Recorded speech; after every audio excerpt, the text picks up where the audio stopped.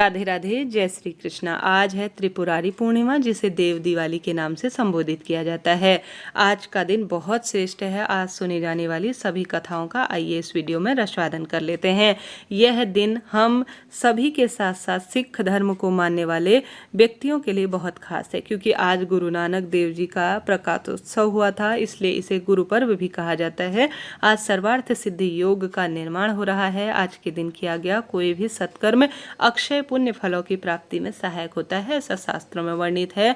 आज त्रिपुरासुर नामक राक्षस का वध महादेव ने किया था। इस कारण से उन्हें त्रिपुर स्वरूप अर्थात उनका त्रिपुरारी महादेव स्वरूप माना गया। आज मत्स्य अवतार श्री नारायण ने लिया था, इस कारण से इसे सुंदर रूप में सर्वश्रेष्ठ दिनों के रूप में जाना जाता है। आज के दिनों की महिमा अपने आप में अद्भुत हो गई है। आइए श्रवण करते हैं आज सुनी जाने वाली सभी कथाओं का रसवादन। मेरे साथ आप सभी भी बोलिए, भगवान श्री कृष्ण की जय, महादेव की जय। कथा के एक तारकासुर नामक राक्षस था। उसके 3 पुत्र थे, तारकाक्ष, कमलाक्ष और विद्युन्माली। तारकासुर बहुत ही बलवान था। उसने धरती व स्वर्ग पर अपना आतंक मचाया था, जिससे परेशान होकर देवताओं ने भगवान शिव से उसके अंत करने के लिए प्रार्थना की। उसकी प्रार्थना सुनकर भगवान शिव ने तारकासुर का वध किया, जिससे देवता बड़े प्रसन्न हुए। उसके 3 पुत्रों को यह सुनकर बड़ा दुख हुआ और उन्होंने इसका बदला लेने के लिए ब्रह्मा जी की घोर तपस्या की। उनकी तपस्या से प्रसन्न होकर ब्रह्मा जी ने तीनों से वरदान मांगने को कहा। तीनों ने ब्रह्मा जी से अपने अमर होने का वरदान मांगा। ब्रह्मा जी ने अमरता के अलावा कोई दूसरा वरदान मांगने को कहा, जिसके बाद उन तीनों ने कुछ देर तक बहुत विचार किया और फिर ब्रह्मा जी से कहा कि आप 3 अलग अलग जो नगर हैं उनका निर्माण करें, जिसमें सभी बैठकर पूरी पृथ्वी और तारों और आकाशों का सुंदर रूप में घूम सके। 1000 साल बाद जब हम मिले तो हम तीनों के नगर मिलकर एक हो जाएं। जो देवता तीनों नगरों को एक ही बाण से नष्ट करने की क्षमता रखता है, वही हमारी मृत्यु का कारण बने। उन सबकी नज़र में यह एक असंभव कार्य था। उन्हें यह वरदान ब्रह्मा जी के निर्देश अनुसार मय दानव ने उनके लिए 3 नगरों की स्थापना की। तारकाक्ष के लिए सोने की, कमलाक्ष के लिए चांदी की और विद्युन्माली के लिए लोहे की नगरी बनाई। तीनों ने मिलकर तीनों लोकों पर अपना अधिकार जमा लिया। इंद्र देवता इन तीनों राक्षसों से बहुत भयभीत थे और भगवान शंकर की शरण में चले गए। इंद्र की बात सुनकर भगवान शिव ने इन दोनों दानवों का नाश करने के लिए एक दिव्य रथ का निर्माण किया। इन दिव्य रथ की हर एक चीज देवताओं ने बनाई थी। चंद्रमा और सूर्य से पहिए बने, इंद्र, वरुण, यम और कुबेर रथ के 4 घोड़े बने, हिमालय धनुष बने, शेषनाग प्रचंचा बने, भगवान शिव खुद बाण बने और बाण की नोक अग्निदेव स्वयं बने। इस दिव्य रथ पर भगवान शिव स्वयं सवार हुए। देवताओं से बने इस रथ और तीनों भाइयों के बीच भयंकर युद्ध हुआ। युद्ध करते समय प्रभु लीला से एक ऐसा समय आया जब तीनों रथ एक साथ एक सीध में आ गए। जैसे ही यह तीनों रथ एक सीध में आए, उसी समय भगवान शिव ने अपने प्राण छोड़ दिए और तीनों का नाश कर दिया। इसी वध के कारण भगवान शिव को त्रिपुरारी महादेव कहा गया। बोले त्रिपुरारी महादेव की जय। प्रिय श्रोताजनों, यह थी त्रिपुरारी महादेव की सुंदर कथा। साथ ही आज के दिन मत्स्य अवतार की भी श्री नारायण की कथा सुनी जाती है, क्योंकि उन्होंने आज के दिन ही मत्स्य अवतार लिया था। कथा के अनुसार शास्त्रों में वर्णित है कि जो यह दिन है, यह सबसे श्रेष्ठ स्वरूप में जाना जाता है।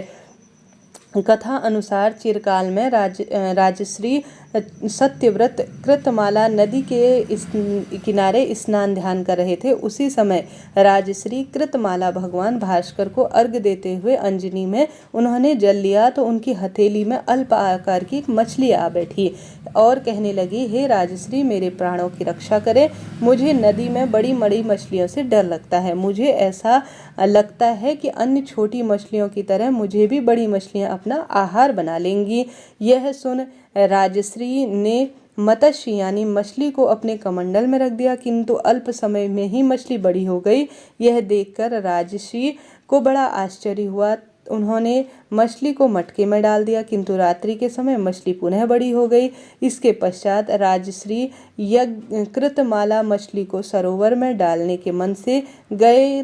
तब वह सोचने लगे, यह मछली कोई साधारण नहीं है, अवश्य ही कोई दिव्य रूप इसका है। उसी समय मछली के लिए सरोवर भी कम पड़ गया। यह देखकर राजश्री मछली को प्रणाम कर कर बोले, आप अवश्य ईश्वर के रूप हो, हे प्रभु कृपा कर कर अपना उद्देश्य बताए। इसके उपरांत भगवान श्री हरि प्रकट होकर बोले, हे राजश्री, असुर हिरिग्रीव ने वेदों की चोरी कर ली है और समुद्र में आकर बैठा है। इसके चलते समस्त लोकों में त्राहिमाम मचा हुआ है। सृष्टि की रक्षा असुर हिरिग्रीव का वध करने से हेतु मैंने मत्स्य रूप अवतरित किया है।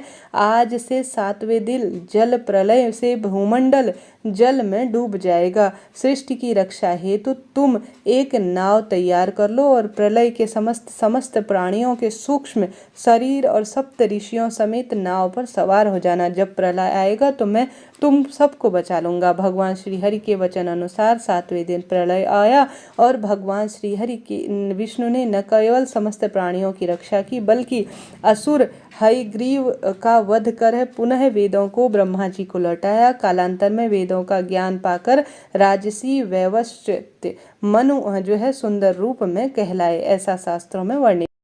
कथा के अनुसार द्वापर युग में एक समय की बात है, यशोदा जी ने कृष्ण से कहा कि हे कृष्ण, तुम सारे संसार के उत्पन्न करता, पोषक तथा उसके संहार करता हो। आज कोई ऐसा व्रत मुझसे कहो जिसके करने से मृत्युलोक में स्त्रियों को विधवा होने का भय न रहे और यह व्रत सभी मनोकामनाओं की पूर्णता में साक्षी रहे। श्री कृष्ण भगवान कहने लगे, हे माता, तुमने अति सुंदर प्रश्न किया है। मैं तुमसे ऐसे ही व्रत को विस्तार से कहता हूँ। सौभाग्य की प्राप्ति के लिए स्त्रियों को 32 पूर्णमासी का व्रत करना चाहिए। इस व्रत के करने से स्त्रियों को निश्चय ही सुख, संपदा, धन, वैभव की प्राप्ति होती है और अखंड सौभाग्य मिलता है। यह व्रत अचल सौभाग्य देने वाला और भगवान शिव के प्रति मनुष्य की असीम भक्ति को बढ़ाने वाला है। यशोदा जी कहने लगी, हे कृष्ण, सर्वप्रथम इस व्रत को मृत्युलोक में किसने किया था, इसके बारे में विस्तार से मुझसे कहो। भगवान श्री कृष्ण कहने लगे, इस भूमंडल में एक अत्यंत प्रसिद्ध राजा चंद्रहास से पलित अनेक प्रकार रत्नों से परिपूर्ण कार्तिका नामक एक नगरी में रहा करते थे। वहाँ पर एक धनेश्वर नाम का ब्राह्मण भी था और उसकी स्त्री अति सुशीला रूपवती थी। दोनों ही उस नगर में बड़े प्रेम से रहा करते थे। घर में धन धान्य आदि की कमी नहीं थी। उनको बस एक बड़ा दुख था कि उनके कोई संतान नहीं है। इस दुख से वह अत्यंत दुखी रहा करते थे। एक समय एक बड़े तपस्वी योगी उस नगरी में आए। वह योगी उस ब्राह्मण के घर को छोड़कर अन्य सभी घरों से भिक्षा लेकर भोजन करने लगे। रूपवती से वह भिक्षा नहीं लिया करते थे। उस योगी ने एक दिन रूपवती से भिक्षा न लेकर किसी अन्य घर से भिक्षा लेकर गंगा किनारे जाकर भिक्षावृत्ति से जो सामग्री मिली है उसे प्रेम पूर्वक खा रहे थे कि धनेश्वर ने योगी से यह सब कार्य किसी प्रकार से देख लिया। उसने भिक्षा के अनादर का बहुत बड़ा दुख लेते हुए वह योगी जी से बोला, हे महात्मा, आप सबके घरों से भिक्षा लेते हैं परंतु मेरे घर की भिक्षा कभी नहीं लेते, इसका क्या कारण है। योगी ने कहा कि निसंतान के घर की भीख पतितों के अन्न के तुल्य के भन जो है समान कही गई है। अतः जो पतितों का अन्न खाता है वह भी पतित हो जाता है। चूंकि तुम निसंतान हो अतः पतित होने के भय से मैं तुम्हारे घर से भिक्षा नहीं लेता। धनेश्वर यह बात सुनकर अपने मन ही मन बहुत दुखी हुआ। हाथ जोड़कर योगी के पैरों में गिर पड़ा और अंतः भाव से कहने लगा, हे महाराज, यदि ऐसा हो कि आप मुझे पुत्र प्राप्ति का उपाय बताएं, आप सर्वज्ञ हैं, मुझ पर अवश्य ही कृपा करें। मेरे घर में अन्न धन की कोई कमी नहीं है, परंतु संतान सुख न होने के कारण मैं बहुत दुखी रहता हूँ। आप मेरे इस दुख का हरण करें, आप सामर्थ्यवान है। यह सुनकर योगी कहने लगे, हे ब्राह्मण, तुम चंडी की आराधना करो। घर आकर उसने अपनी स्त्री से सारा वृतांत कहा। स्वयं तप के निमित्त वन में चला गया। वन में जाकर उसने चंडी की उपासना की और उपवास किया। चंडी ने 16वें दिन उनको स्वप्न में दर्शन दिए और कहा, हे धनेश्वर, जा तेरा पुत्र होगा, परंतु वह 16 वर्ष की आयु में ही मृत्यु को प्राप्त हो जाएगा। यदि तुम स्त्री पुरुष दोनों 32 पूर्णमासी का व्रत विधि विधान से करोगे तो वह दीर्घायु होगा। जितनी तुम्हारी सामर्थ्य हो आटे के दिए बनाकर भगवान शिव का पूजन करना। परंतु पूर्णमासी को 32 हो जाने चाहिए, इस बात का ध्यान रखना। प्रातःकाल होने पर इस स्थान के समीप ही एक आम का वृक्ष तुम्हें दिखाई देगा, उस पर तुम चढ़कर एक फल तोड़कर शीघ्र ही अपने घर ले जाना। अपनी स्त्री को यह सब वृतांत कहना। ऋतु स्नान के पश्चात वह स्वच्छ होकर श्री शंकर जी महाराज का ध्यान कर कर उस व्रत को खा लेगी। तब भगवान शंकर की कृपा से उसका गर्भ निश्चित रूप से ठहर जाएगा। जब वह ब्राह्मण प्रातःकाल उठा तो उसने उस स्थान के पास एक आम का पेड़ देखा जिस पर अत्यंत सुंदर आम के फल लगे हुए थे। उस ब्राह्मण ने उस आम के वृक्ष पर चढ़कर उस फल को तोड़ने का प्रयत्न किया, परंतु वृक्ष पर कई बार प्रयत्न करने पर भी वह चढ़ नहीं पाया। अब तो वह ब्राह्मण बहुत अधिक चिंता करने लगा और विघ्न विनायक श्री गणेश जी महाराज का वंदन करने लगा और कहने लगा, हे दयानिधि, अपने भक्तों के विघ्नों का नाश करके उनके मंगल कार्यों को सिद्ध करें। दुष्टों का विनाश करने वाली, रिद्धि सिद्धि को देने वाले, आप मुझ पर कृपा करके इतना बल प्रदान करें कि अपने मनोरथ को मैं पूर्ण कर सकूं। इस प्रकार गणेश जी की प्रार्थना करने पर उनकी कृपा से धनेश्वर वृक्ष में चढ़ गया और एक अति सुंदर आम का फल उसे दिखाई दिया। उसने विचार किया, जो वरदान से फल मिला है वह जो है मुझे दिखाई नहीं देता। उस धनेश्वर ने जल्दी से उस फल को तोड़ा, अपनी स्त्री को लाकर दिया। उसी स्त्री ने पति के कहे अनुसार उस फल को खा लिया और गर्भवती हो गई। देवी जी की असीम कृपा से एक अत्यंत सुंदर पुत्र उत्पन्न हुआ जिसका नाम देवीदास रखा गया।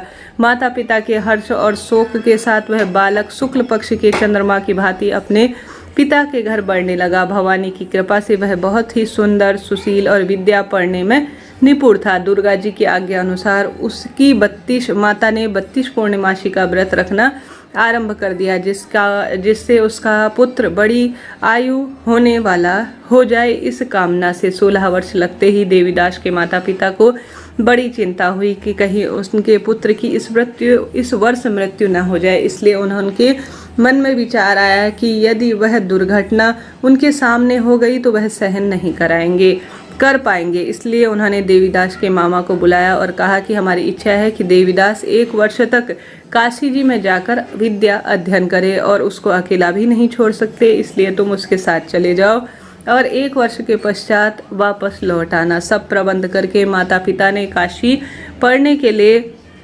देवीदास को एक घोड़े पर बैठा दिया। उसके मामा को उसके साथ विदा कर दिया, किंतु यह बात उसके मामा और किसी को पता नहीं थी कि वह अल्प आयु है। धनेश्वर ने सपत्नी अपने पुत्र की मंगल कामना तथा दीर्घायु होने के लिए माँ भवानी की आराधना और 32 पूर्णमासी को व्रत करना आरंभ दोबारा से कर दिया। इस प्रकार 32 पूर्णमासी का व्रत पूर्ण किया।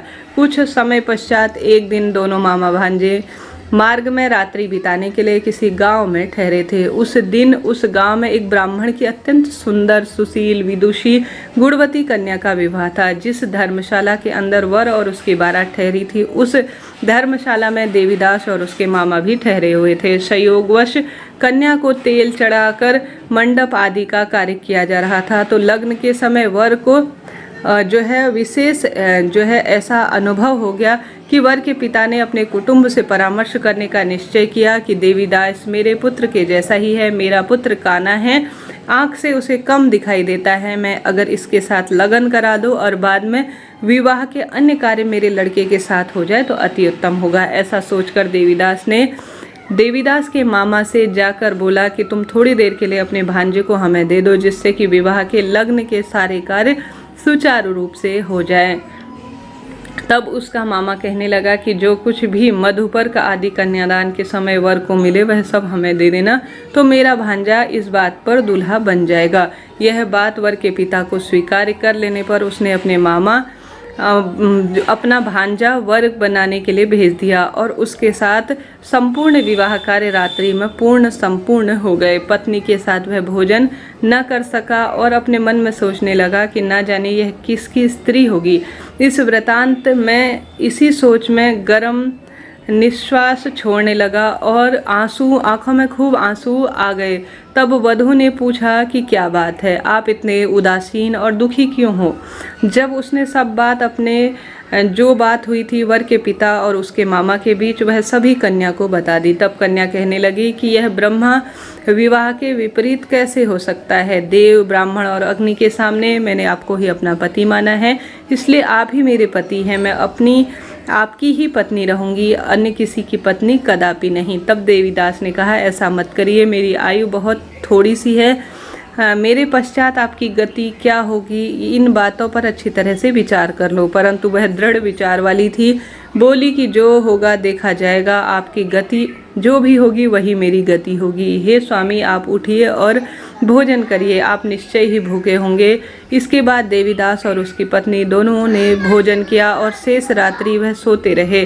प्रातःकाल देवीदास ने अपनी पत्नी को 3 नगों से जड़ी हुई एक अंगूठी दी, एक रुमाल दिया और बोली, प्रिया इसे लो और संकेत समझकर चित्त हो जाओ। मेरा मरण और जीवन जानने के लिए एक पुष्प वाटिका बना लो, उसमें सुगंध वाली एक नवमल्लिका लगा दो, उसको प्रतिदिन जल से सींचा करो और आनंद के साथ खेले कूदो और उत्सव मनाओ। जिस समय और जिस दिन मेरा प्राणांत हो जाएगा यह फूल सूख जाएंगे और जब यह फिर हरे हो जाएंगे तो समझ लेना मैं जीवित हूँ।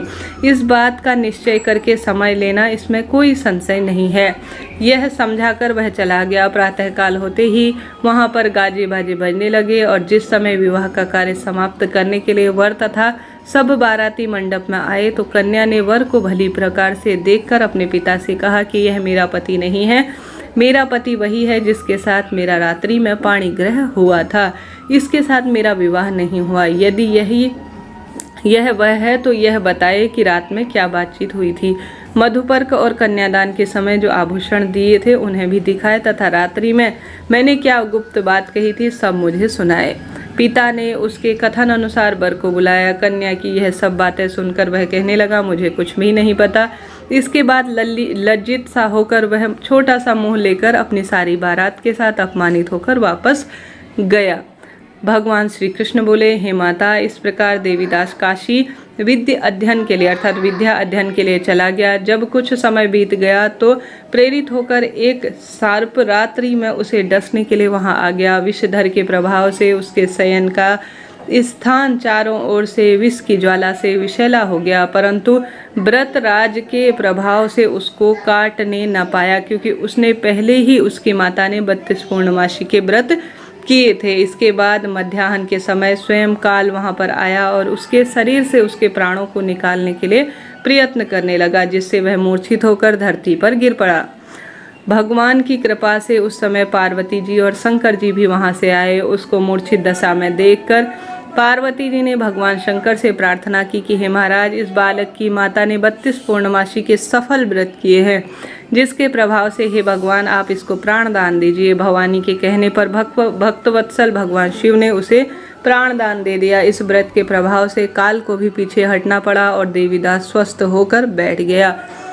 उधर उसकी स्त्री उसकी प्रतीक्षा करती थी कि और सुंदर स्वरूप में पुष्प वाटिका से पत्र पुष्प कुछ भी नहीं रहे तो उसका अत्यंत उसे आश्चर्य हुआ, और जब वह वैसे ही हरी भरी हुई तो यह जानकर वह जीवित है मन ही मन सोचने लगी और बहुत प्रसन्न होकर अपने पिता से कहने लगी कि पिताजी, मेरे पति जीवित हैं, उनको ढूंढिए। जब 16 वर्ष व्यतीत हो गए तो देवीदास भी अपने मामा के साथ काशी से चल दिया। इधर उसके ससुर उसको ढूंढने के लिए घर जाने वाले ही थे कि दोनों मामा भांजे वहां आ गए और उनको आया देख उनका ससुर बड़ी प्रसन्नता के साथ अपने घर ले गया। उस समय नगर के निवासी भी इकट्ठा हो गए। सबने निश्चय किया कि अवश्य ही इस बालक के साथ कन्या का विवाह हुआ था। उस बालक को जब कन्या ने देखा तो पहचान लिया और कहा कि यही है जो कि मुझे संकेत देकर गया था और इसी से मेरा विवाह हुआ था। उसके उपरांत सभी कहने लगे भला हुआ यह आ गया और सब नगरवासियों ने खूब आनंद मनाया।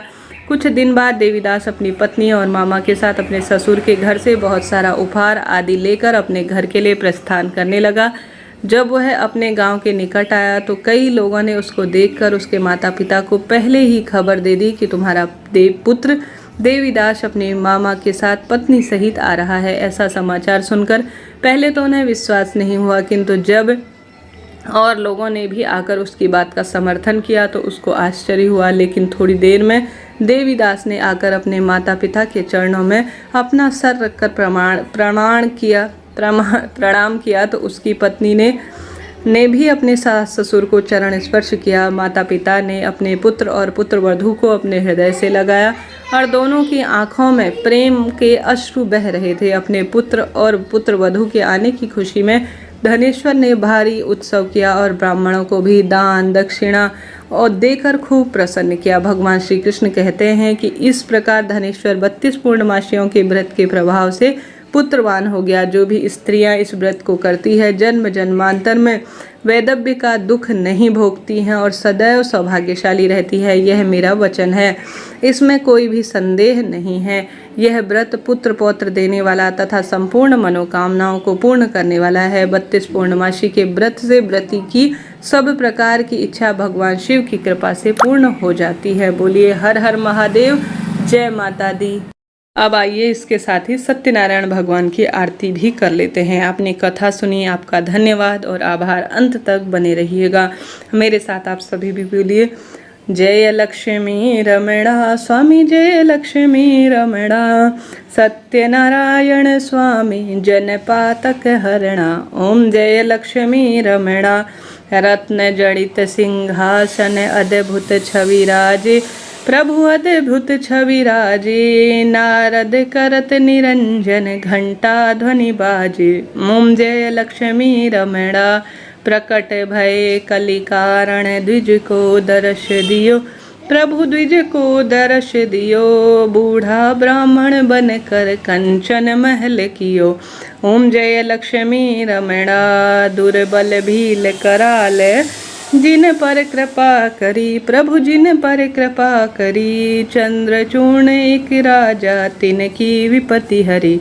ओम जय लक्ष्मी रमणा, वैश्य मनोरथ पावे, श्रद्धा तज दीनी, प्रभु श्रद्धा तज दीनी, सो फल भोग्यो प्रभु जी फिर स्तुति कीन्ही। ओम जय लक्ष्मी रमणा, भाव भक्ति के कारण छिन्न छिन्न रूप धर्यो, प्रभु छिन्न छिन्न रूप धर्यो, श्रद्धा धारण कीनी तिनको काज सरयो। ओम जय लक्ष्मी रमणा, ग्वाल बाल संग राजा वन में भक्ति करी, प्रभु वन में भक्ति करी, मन वांछित फल दीन हो, दीन दयाल हरि। ओम जय लक्ष्मी रमणा, चरत प्रसाद शवायो, कदली फल मेवा, प्रभु कदली फल मेवा, धूप दीप तुलसी से राजी सत्य देवा। ओम जय लक्ष्मी रमणा, श्री सत्यनारायण जी की जो कोई आरती गावे, प्रभु प्रेम सहित गावे, तन मन सुख संपत्ति मन वांछित फल पावे। ओम जय लक्ष्मी रमणा। बोलिए लक्ष्मी नारायण भगवान की जय, सत्यनारायण भगवान।